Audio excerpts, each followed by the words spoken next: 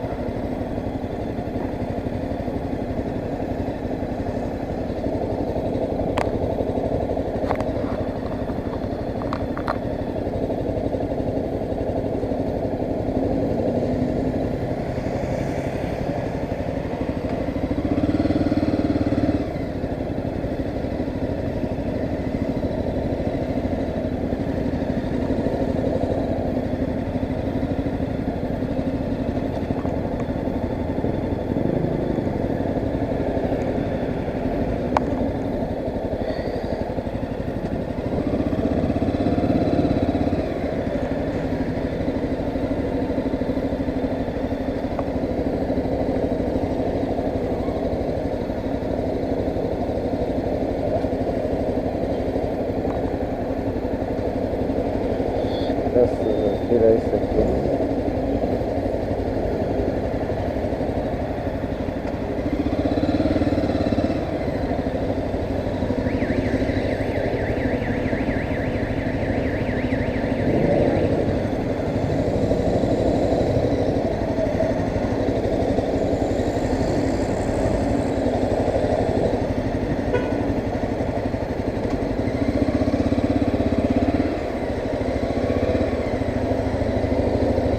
R$7.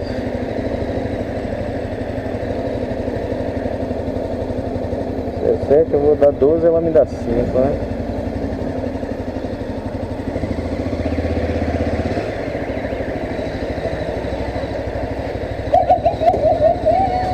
Moça, é 7, né? É, vô, tô aí, Lili cantando. Aí você me dá 5.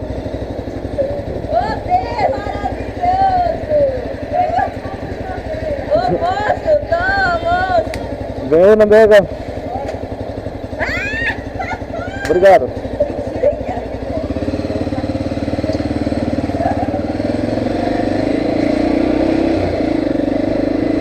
A moça tá feliz ali, alguma coisa houve. R$7. Deixa eu colocar as luvas aqui. Eu tirei a luva porque para tirar o dinheiro com a luva não vai não.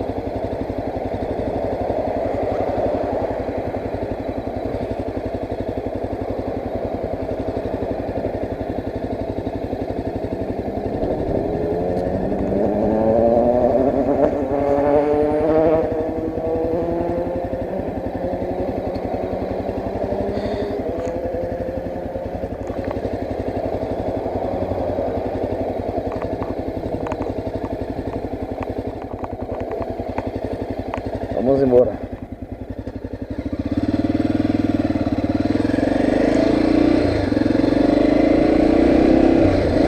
Graças a Deus já tô perto.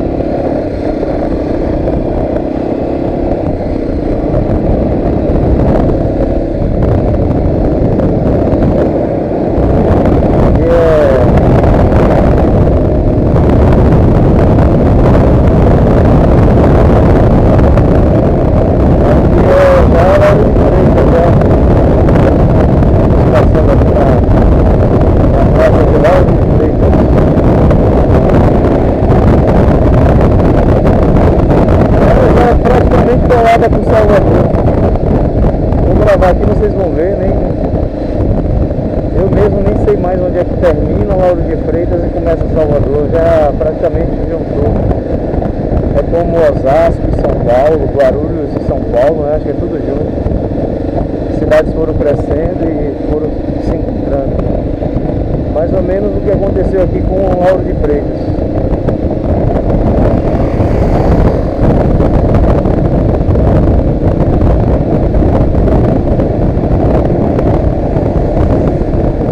Aqui mesmo é horário de pico, meu amigo, é um engarrafamento. Hoje está assim que é feriado, mas isso aqui no horário de pico é muito engarrafamento.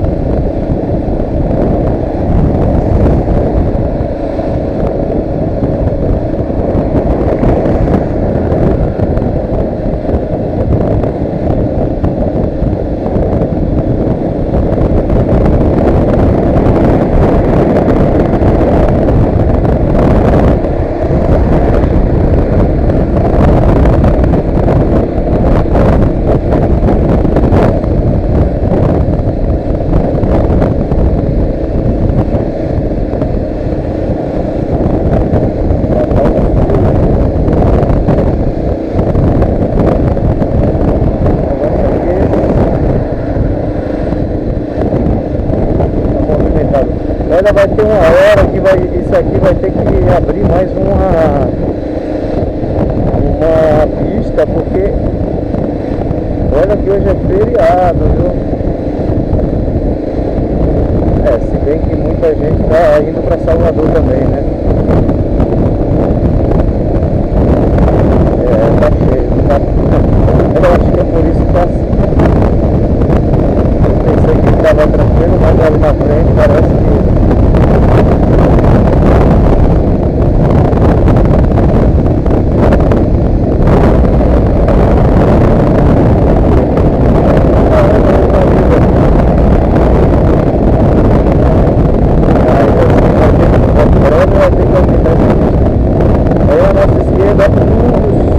aqui da região. Esse é o chamado Busca Viva. Tem outro que é igual a isso aí. Essa tendência de shopping eu achei que ia acabar, né? Mas não acabou nada. Aqui é o que mais tem, é isso aí. Eu vi uma matéria muitos anos atrás que os shopping center nos Estados Unidos estava quase fechando tudo lá, porque o negócio lá meio que saiu de moda. Não sei se procede ainda. Essa matéria deve ter uns 8 anos que eu vi isso, não faz muito tempo. Era como se fosse um elefante branco. E assim, né, a manutenção é muito cara, consequentemente o produto também vai aumentar o preço e o pessoal acaba que não deixa de comprar lá. Agora, isso é uma tendência nos Estados Unidos, eu não sei se ainda está assim. Aqui no Brasil ainda não, aqui ainda, não sei, eu acho que ainda vende bem, né, essa loja de shopping. Não sei, não faço ideia. E ali lembrei disso. O shopping começou na França, né, com as galerias, chamadas de galerias. E aí foi crescendo. Nos Estados Unidos virou essa coisa gigante. Exportou para várias partes do mundo, né? Inclusive o Brasil.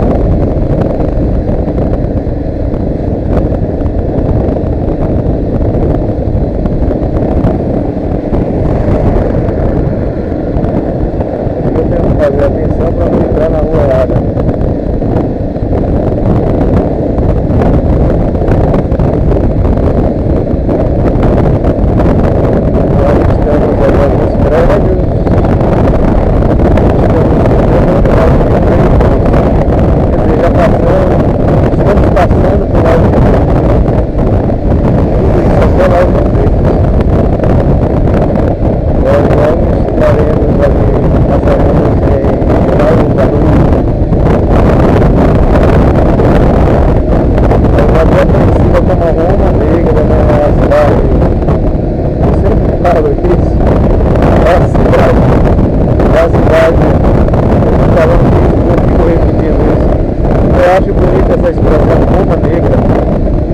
Infelizmente a cidade mais negra do Brasil é Salvador.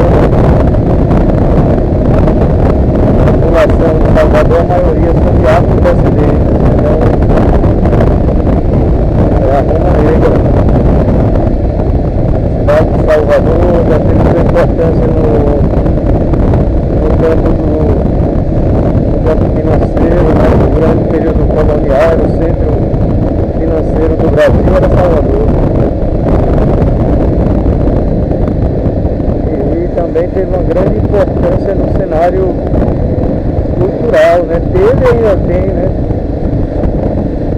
A Bahia, de um modo geral, sempre brotou artistas. É uma terra que brota artistas, né? Da Bahia saiu Gilberto Gil, Caetano Veloso, Maria Bethânia. Gal Costa, se eu não me engano, também é baiana. Agora eu estou na dúvida, né? Gal Costa é. Gal Costa, não esquecendo de Gal Costa.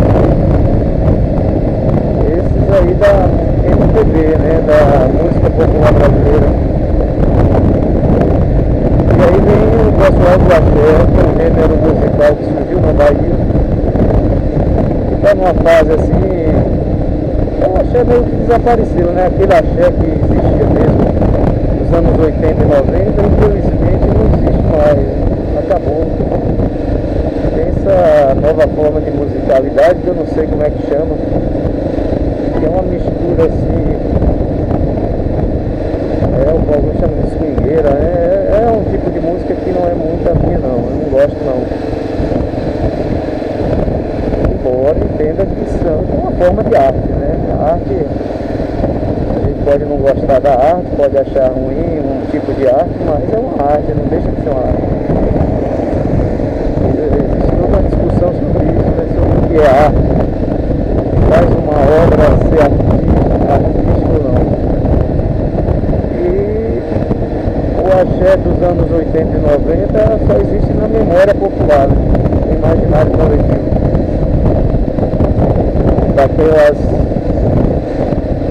Daquelas bandas e artistas dos anos 80 e 90, por exemplo, tem uma banda chamada Reflexo, se eu não me engano, que cantava umas músicas com as letras falando da cultura africana, misturava história com mitologia africana.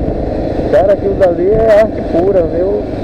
Outro dia eu estava prestando atenção na letra de uma música, aquela lá fala de Bagdá, tem uma lá que fala de Osíris, dos deuses da mitologia egípcia. Aquilo dali é arte pura. Infelizmente se perdeu tudo isso, né? Eram letras inteligentes, bem trabalhadas, bem criadas. Se você pegar as músicas dessa banda, eu acho que o nome é Reflexo, eu acho. Eu gosto assim de ver a letra, cara, é muito bem criado aquilo ali, muito bem criado. Você vê que o pessoal, os artistas, eles estavam conectados com a cultura, né? E essas bandas aqui de Salvador mesmo, ela tinha assim uma identidade afro bastante forte. Isso é legal, eu acho isso bom, positivo. Essa coisa da valorização da cultura africana. E, querendo ou não, o Brasil foi influenciado pela cultura africana. Aqui nós temos essa mistura indígena, branca de Portugal e mais tarde ali no sul do Brasil.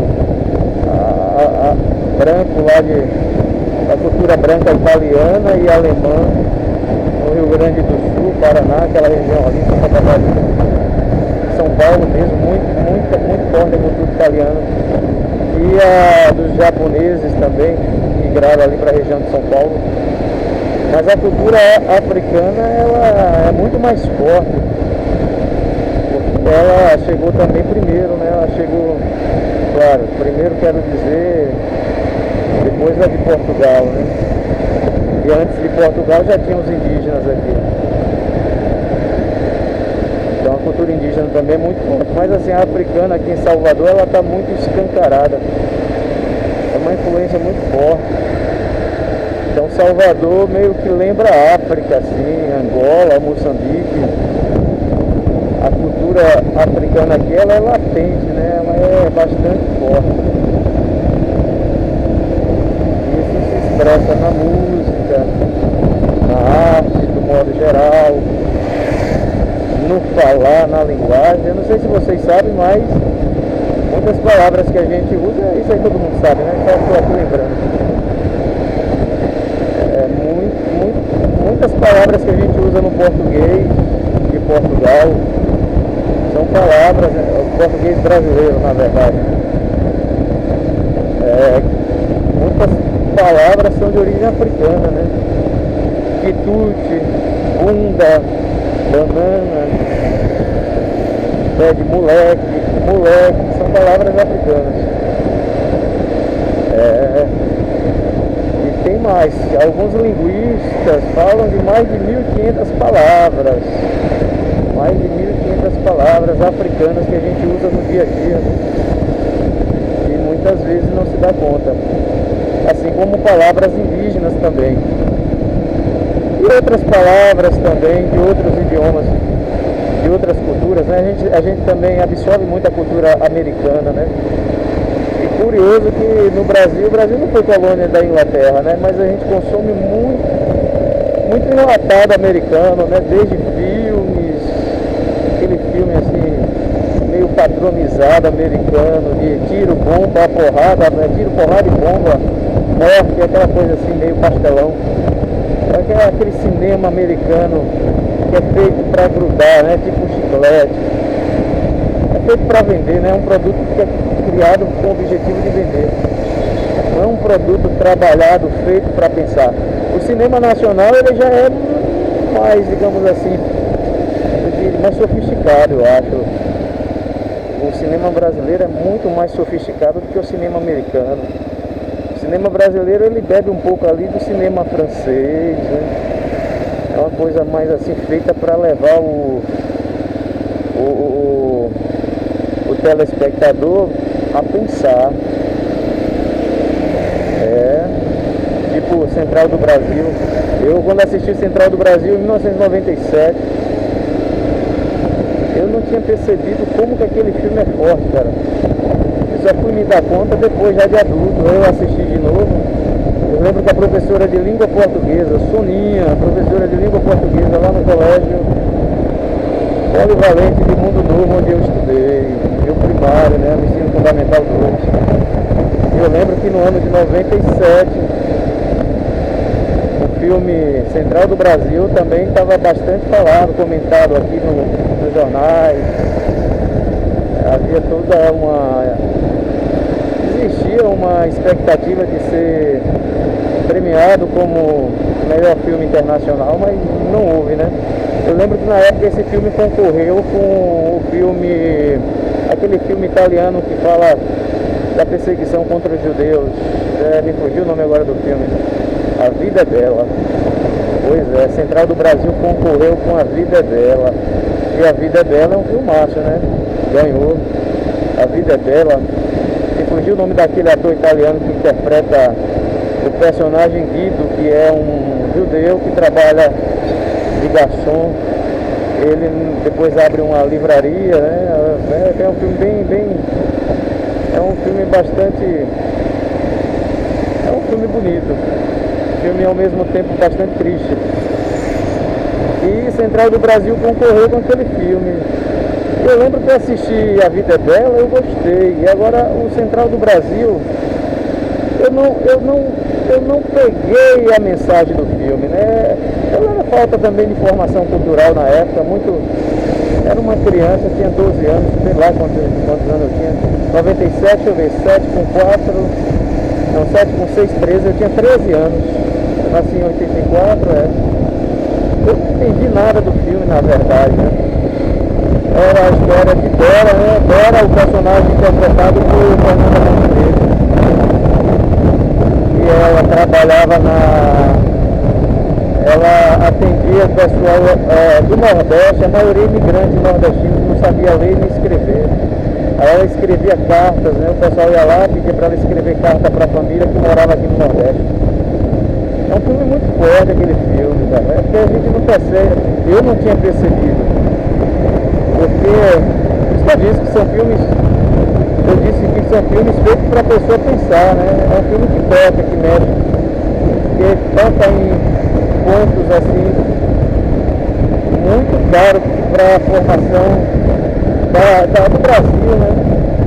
A situação do povo aqui do Nordeste que ia para São Paulo ou para o Rio de Janeiro.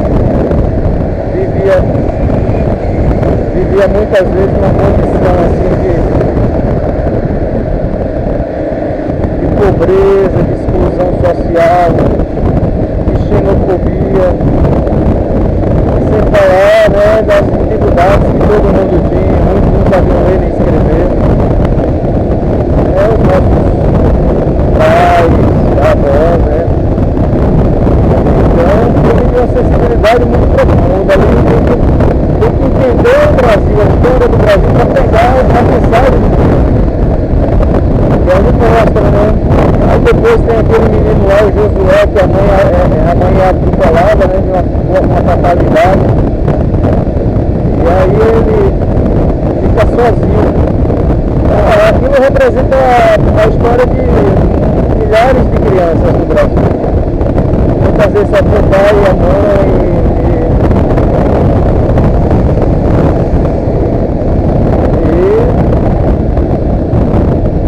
Perdi o pai e a mãe, ficava só à toa no mundo, né? Não sabia quem eram os parentes, não sabia quem era ninguém.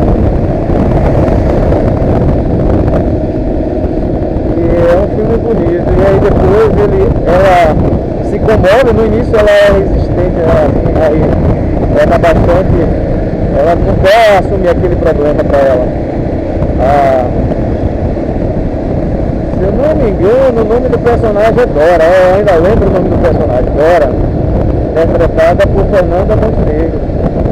Aí ela não quer levar o menino de volta para casa, ela não quer assumir aquela responsabilidade, né? Ela está meio... tipo assim, o problema não é meu, eu não quero saber. Depois ela meio que o coração amolece e ela decide então levar o menino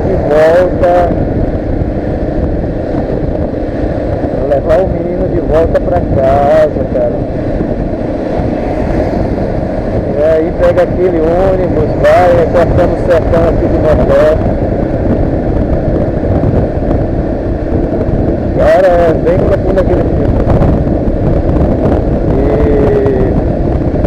E ali é a história de muita gente, né, da nossa família, que muitas vezes mudou esse Nordeste para São Paulo. Vai para o Rio de Janeiro e passar, sabe Deus o que. De humilhação, de privação, tanta coisa. É uma coisa bastante... É uma página do Brasil, né?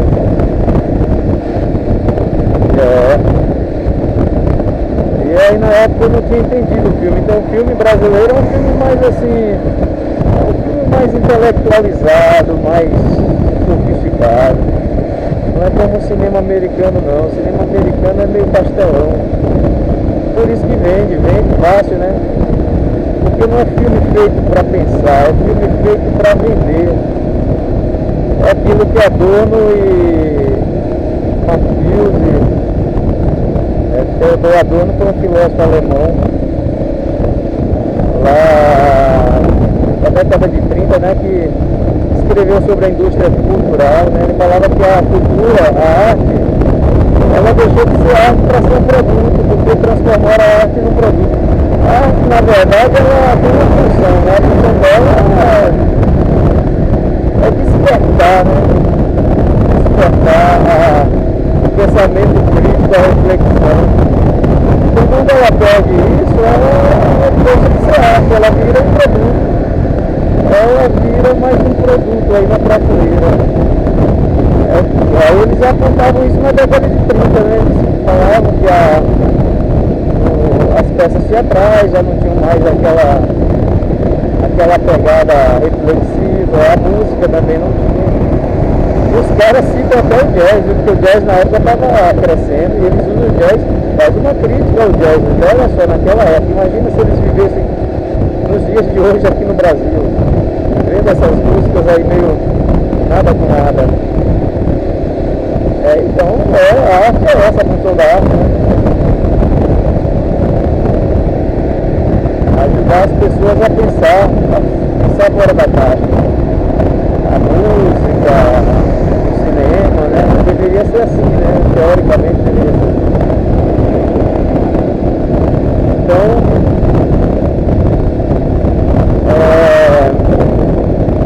Salvador, nós falamos isso aí porque Salvador era assim, né? Salvador, a cultura era muito forte.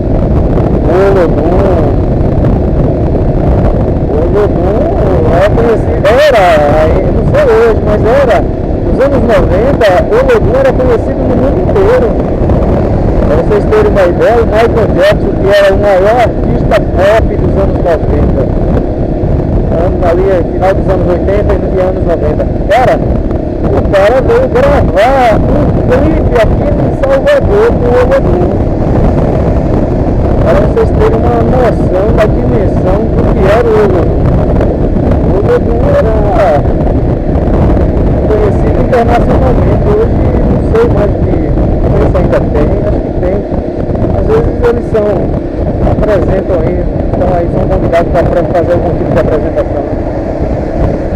A Timbalada também, a Timbalada era também conhecida no Brasil inteiro, né? Tem alguns cantores. E a Timbalada hoje desapareceu. Não é mais aquela Timbalada.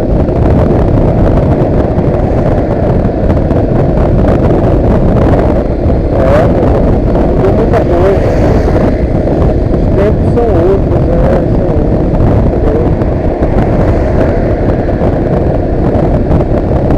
Na verdade, isso não aconteceu só na Bahia não, isso também no Brasil de modo geral. Rio de Janeiro também sempre foi, falando assim, do ponto de vista cultural, sempre teve uma cultura muito grande. Ele se perdeu também. É uma pena, né? Bom, mas assim, né, do ponto de vista técnico, esse estilo musical que a gente chama de swingueira é um tipo de arte. É uma arte popular, diferente daquela que a gente gostava, né? Mas é uma arte. A gente pode não gostar. A mesma coisa é o funk, né? A gente pode não gostar do funk, mas é um tipo de arte. A arte, na verdade, abraça tudo, né? Não exclui nada. Ela é inclusivista e não exclusivista. Apesar que, né, a elite, ela sempre tentou criar uma arte exclusivista e não inclusivista, né? A elite sempre copiou aquele modelo de arte lá da Europa, né? Depois passaram a copiar os americanos.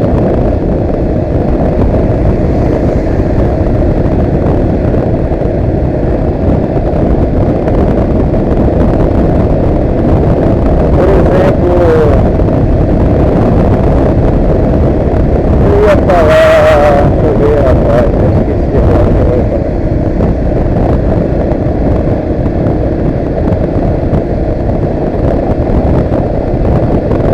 Atento aqui para não pegar a via errada. Mudou muita coisa aqui. Eu ia falar assim que a elite, na verdade,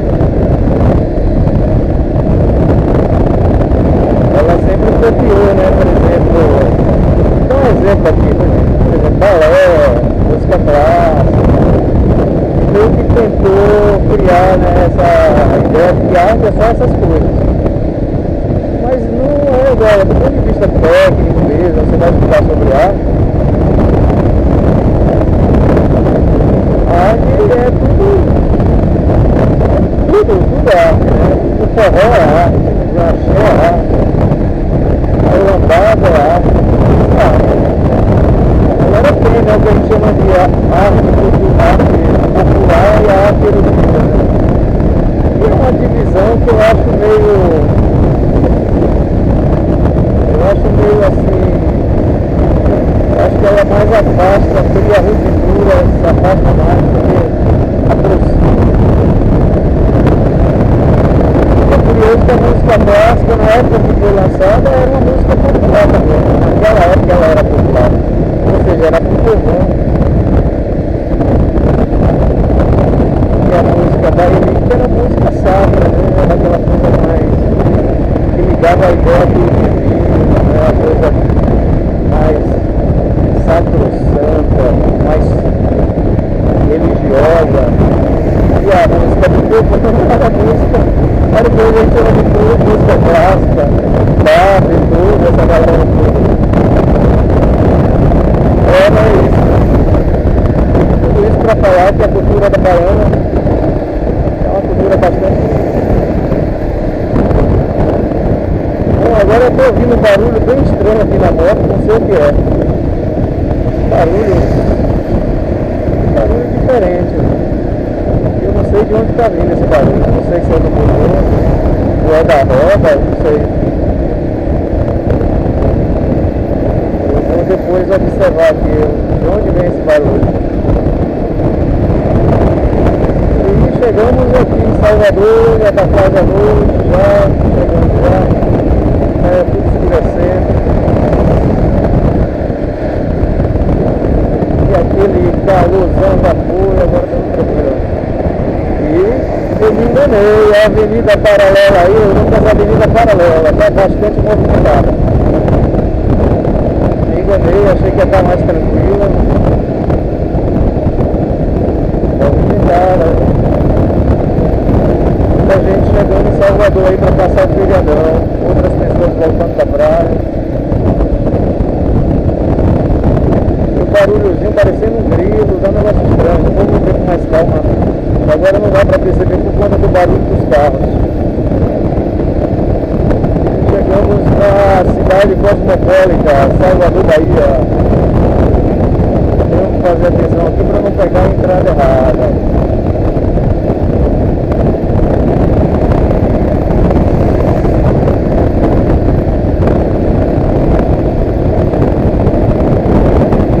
Paralela. Poxa, Salvador é uma cidade tão bonita, cara. Eu sinto vida, eu quero chegar a esse estado, né, da violência aqui. É uma pena, viu? Fica muito estranho, sei lá, muito estranho, tanta violência, esse cara, tanta cidade. Habitável.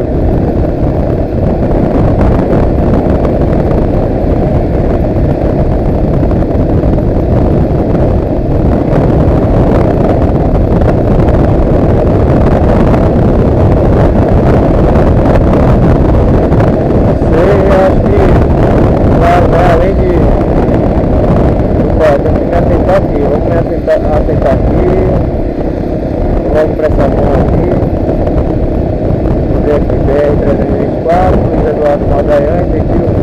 É porque mudou muita coisa aqui em Salvador, rapaz, eu fui meio que ainda me acostumando com essas mudanças.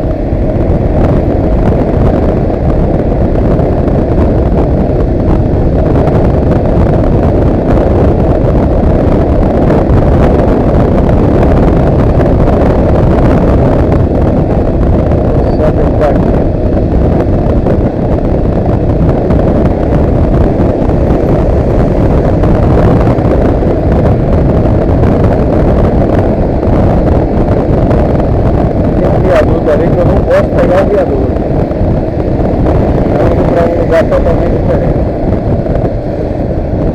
Prestar atenção aqui para que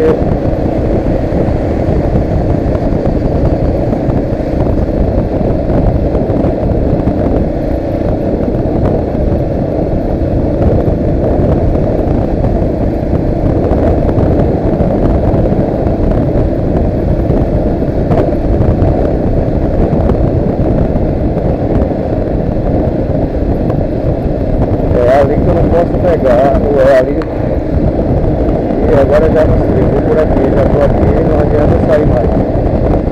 É aqui mesmo. O viaduto que eu não posso pegar é o da ali na frente.